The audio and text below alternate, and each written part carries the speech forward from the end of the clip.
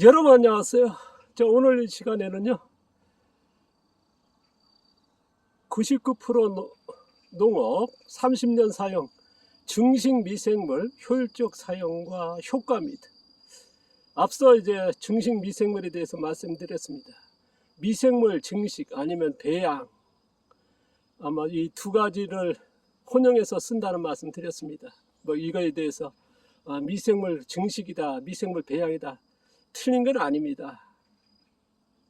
하지만은 좀 다르게 썼으면 좋겠다는 의견을 드렸습니다. 그리고 그렇지 않다 그러면요 새로운 용어를 만들어내야 된다는 게 저희 생각을 말씀드렸습니다.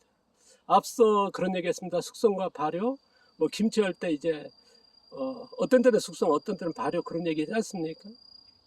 근데 이제 최근에 보면 이제 숙성과 발효에 새로운 용어를 만드는 게 아니라 숙성과 발효를 같이 썼습니다만은 이제 최근에 다르게 구분해서 쓰는 것이 이제 확산되고 있습니다. 그와 마찬가지로요 미생물도 증식과 배양은 구분해야 된다 하는 게 저희 의견입니다. 앞서 제가 이제 뭐 20여 년 전에 이제 숙성과 발효를 구분시켜서 쓰자 했을 때 의아했습니다만은 왜 그런지 설명했을 때 어느 한 분도 반대한 적이 없습니다. 이렇게 하니까 쉽게 이해됩니다. 이게 맞습니다 하는 게 중론이었고요. 제가 이제 교육을 하면서 계속 의견을 들으면서 조정해 왔거든요. 그래서 지금은 어쨌든 숙성과 발효를 구분시켜 쓰는데 우리가 이제 증식과 배양도 이제는 좀 구분해서 썼으면 좋겠다 하는 게 저의 의견입니다. 증식은 뭡니까? 액상에다가 영양 배치, 영양원을 넣어서 설탕이나 감자 같은 그런 걸 넣어서 이제 미생물을 늘린 거. 배양은 뭐냐? 서식 영양 배지죠. 이게 좀 다르죠. 서식 영양 배지를 넣어서 미생물을 늘린 거. 이거를 배양으로 하자 하는 게 저희 의견을 말씀드렸습니다. 그렇게 써야 되는 이유는 뭐겠습니까? 우리가 이제 자연에 있는 미생 원원종, 원종, 종균, 종균일, 종균이, 종균천, 종균, 백억, 종균, 천조. 뭐 종균을 이렇게 나눠보지는 않았거든요. 그런데 이제 미생물을 이렇게 나눠야 된다. 이거에 대해서 또 의견이 없습니다. 이게 벌써 20여 년 전부터 이제 제가 써왔던 거고, 이거에 대해서 어떤 분도 심지어 이제 생명공학 대학의 이제 대학원생들 교수를 상대로 교육할 때도 마찬가지였고요. 이쪽에 농업 관계자 그쪽으로 할 때도 마찬가지였습니다. 현직에 활동하고 있는 농업기관이죠. 대상으로 교육에서도 마찬가지였고요. 그리고 또 하나 제가 말씀드렸습니다. 미생물 사용이 우리나라에 보편적으로 뭐 전 세계가 그렇습니다. 5가지 유형이 있다고요. 1유형은 원원종을 그대로 사용하는 것, 2유형은 원원종을 원종으로 만들어서 쓰는 유형이 있고요. 3유형 뭐냐? 원원종을 원종으로 만들고 원종을 종균 1, 종균 2, 종균 3, 종균 5 만들어 쓰는 유형이 있다. 4유형은요. 뭐 종균, 원원종을 원종, 원종을 종균 1, 종균 100, 종균 1000, 종균 만을 만들어서 또 배양을 해서 쓰는 4유형이 있어. 5유형은 뭐냐? 뭐 일주일이든 3개월이든 1년이든 뭐 3년이든 계속적으로 이제 영양분을 넣어서 증식 쓰는, 그래서 종균 10만 1조 100조억을 만들어서 종균 100조억을 만들어 쓰는 그런 5유형이 있다는 말씀드렸습니다. 자, 오늘 편에 그 미생물 증식 미생물에 대해서 말씀드렸는데요. 미생물 증식이 우리나라에 시작된 게 토착 미생물, 설탕, 원당에서 이제 증식해서 써라. 그게 하나의 교육으로서 이제 한 몇십 년 이어졌거든요. 최근에 보면 또 감자, 또 이제는 뭐 키틴, 뭐 여러 가지 또 뭐 미생물 해가지고 이제 아니면 영양원을 이제 영양 배지죠. 이거를 달리하면서 하는데요. 어쨌든 그것들은 보면 거의 99%가 이제 미생물 증식이란 말씀 드렸습니다. 그런데 우리가 이제 미생물을 쓰면 어떻습니까? 토양이 좋아지고, 토양에 썼을 때 작물에 썼을 때 작물 자생이 높아지고 미생물이 증가한다. 하지만은 뿌리를 사용했을 때 미생물이 증가하지만은 실질적으로 뭐냐? 토양에 미생물이 뿌리는 투입하는 시기만 하지 계속적으로는 어떻습니까? 미생물들이 효과가 없다는 게 중론이고 지금 벌써 35년 썼으니까요. 그래서 최근에 보면 아마 많은 분들이 그런 얘기를 합니다. 대사물질, 미생물 얘기할 때 대사물질을 많이 얘기할 겁니다. 그러니까 미생물을 사용했다 그러면 이제 미생물 효과보다는요, 미생물 증식에서는 증식 미생물은 미생물 효과보다는 미생물을 증식하는 과정에 발생시킨 미생물들이 발생시킨 대사물질의 효과에 주목하고 있습니다. 지금 영국이나 지금 실질적인 현장에 써보니까 이제 이거는요, 미생물 대사물질에 대해서는 최근에 뭐 많은 얘기합니다만 이미 1000년 전, 2000년, 몇천 년 전에부터 이제 써왔던 게 대사물질을 써왔습니다. 미생물의 대사물질로 어떻습니까? 이제 항균, 방부제 역할, 뭐 살충, 살균에 가까운, 그래서 항균 작용을 한다 하는 게 이제 이미 몇천 년부터 이제 뭐 그런 용어는 없었습니다만은 각 지역마다 그렇게 써왔습니다.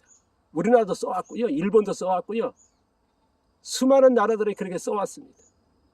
그게 대사물질이거든요. 미생물들이 뭐냐, 아주 작지 않습니까? 그러면 미생물들이 이제 서식하는 어떤 제약된 공간에서는 뭐냐면 대사물질이라고 하는 다른 미생물을 근접 못하게 하는 그런 강한 물질을 내놓습니다.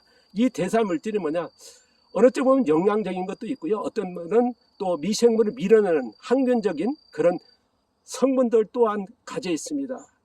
그거는 이제 대사물질에 대해서는 아직도 연구가 부족하고, 저는 이제 뭐랄까 연구실의 학자가 아니기 때문에요, 그런 연구의 대상을 보면 아직도 대사물질의 끝은 없습니다. 아직도 연구 단계고 이게 몇십년 안 되다 보니까요. 그러나 분명한 건 뭐냐, 몇천 년 전부터 미생물이 내놓는 대사물질에 의한 방부제 역할을 하는 그런 살충과 살균 그런 쪽으로 이제 이용해왔다는, 그래서 항균, 그래서 미생물을 어떻습니까? 증식 미생물은 농약으로 구분하고 있거든요. 바로 그런 데 있습니다. 그래서 어떤 농업에서 보면 어떻습니까? 이제 대사물질로 병해충이 방제를 하고 있거든요.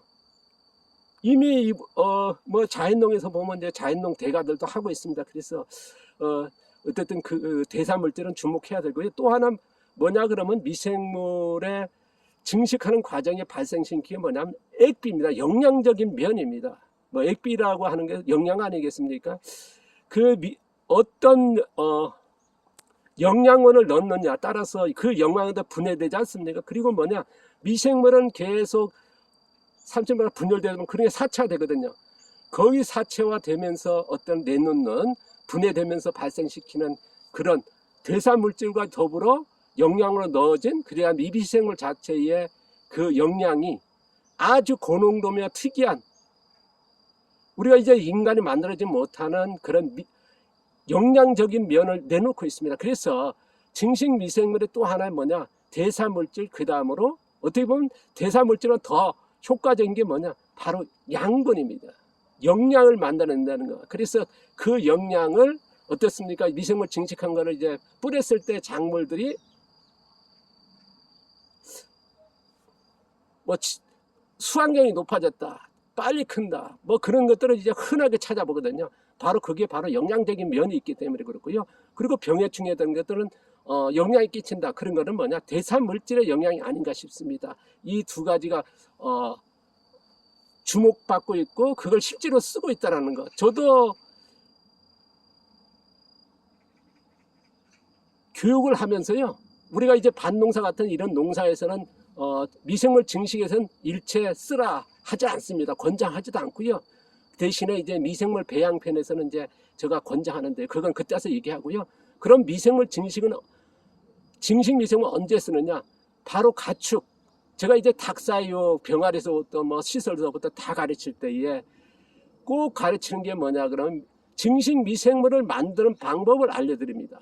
그건 뭐냐 그러면요, 우리가 이제 닭을 키우다 보면 이제 뭐 풀을 먹이고 곡물을 먹이고 하지 않습니까? 그런데 영양적인 부실할 때가 있습니다. 뭐 환경적으로 뭐 태풍이 분다든가 아니면 너무 덥다든가 아니면 면역력, 건강을 유지하기 위해서 뭐 일주일에 한 번 내지 두 번 정도 계속 응수시키는 게 아니고요. 보통 제가 일주일에 두 번 정도, 아니면 이제 그런 뭐랄까요, 날씨가 더웠다든가 그런 영양적인 부족이나 뭐 했을 때 이제 증식 미생물을 급수시키라고 합니다. 그러면 그 미생물을 이제 증식할 때에 우리가 설탕 아니면 뭐 감자 같은 원당 같은 거 넣는 거 최근에 뭐 감자 합니다만 그 전에 이제 설탕과 원당을 썼거든요. 그런 건 써서는 안 된다고 하는 게 제가 했습니다. 왜냐 그러면 이제 당이 높아지거든요. 그러니까 우리가 작물에 설탕, 당을 넣었을 때는 이제 당도를 높이는 유리한 면이 있습니다. 그러나 가축 같은 건 지금 당이 부족하면 안 되거든요. 부족한 사람들이 없거든요. 가축도 마찬가지입니다. 사람이 이제 당을 멀리 하듯이 가축도 마찬가지거든요. 당을 일시적으로 부분적으로 사용하는 건 괜찮은데 그래서 당이 필요할 때는 어쨌든 당이 들어간 건 포함된 건 하십니다만은 기능적인 어떻게 보면 어쨌든 이런 녹색 유기물 같은 영양으로 썼을 때 어떻게 분해되면은 그 영양을 닭으로 먹일 수 있거든요. 왜냐 그러면 미생물들은 아주 원소화시키지 않습니까? 흡수율이 바로바로 되거든요. 바로바로라는 표현이 그렇습니다. 제일 빠른 효과를 나타나거든요. 그리고 어떻습니까? 산란계 같은 게 이제 계란 껍질에 보면 칼슘이 공급이 필요할 때가 있거든요. 보통 우리가 이제 칼슘을 만들 때 계란 껍질로 해가지고 어떻습니까? 식초에 넣어가지고 만들거든요. 작물에도 보면 칼슘 같은 거 뭐 만들지 않습니까? 그리고 가축에도 보면 이제 좀 쓰시는 분이 있는데 식초를 하는데요. 그것보다는 미생물을 증식하는 과정에 계란 껍질을 통째로 놔줍니다. 뭐 깨진 거거든요. 사용한 다음에 그러면 놓으면요. 뭐 그거는 이제 날짜에 다릅니다만 하얀 막만 남고 계란 껍질이 완전히 분해됩니다. 그러면 이제 칼슘을 먹이는 한 방법이 되거든요. 아니면은 이제 종류했을 때는 이제 뼈다구 그런 것들을 이제 좀 뒀다가 그 싱싱한 건 좀 그렇고요. 조금 태운다든가 아니면 이제 좀 시간이 지난 걸 쪼개서 했을 때 보면 껍데기만 남습니다. 뭐 이런 것들이 하는 방법이거든요. 그래서 미생물 증식은 쓰지 말라는 게 아니고요. 아마 양분이 필요할 때, 영양이 필요할 때 쓴다는 거 이걸 참고하셔가지고 쓰시면 좋을 것 같고요. 지금 미생물 아까도 말씀드렸던 미생물 증식혼 과정에 증식 미생물 내놓는 대사물질은 아직도 끝이 없는 이미 또 대사물질을 분리해내가지고 그 대사물질로 다른 미생물을 또 더 강한 미생물을 또 증식해서 시판되고 연구되고 있고 그런 것들이 이제 벌써 상품화되어 있거든요. 왜냐 그러면 우리가 이제 요구르트 같은 증식 미생 대표적인 증식 미생은 아닙니까? 그런데 마셨습니다. 근데 효과 좋다 하시는 분들이 있을까요? 별로 없거든요. 왜냐 그러면 종균 뭐 100조 뭐 그렇게 간 거거든요.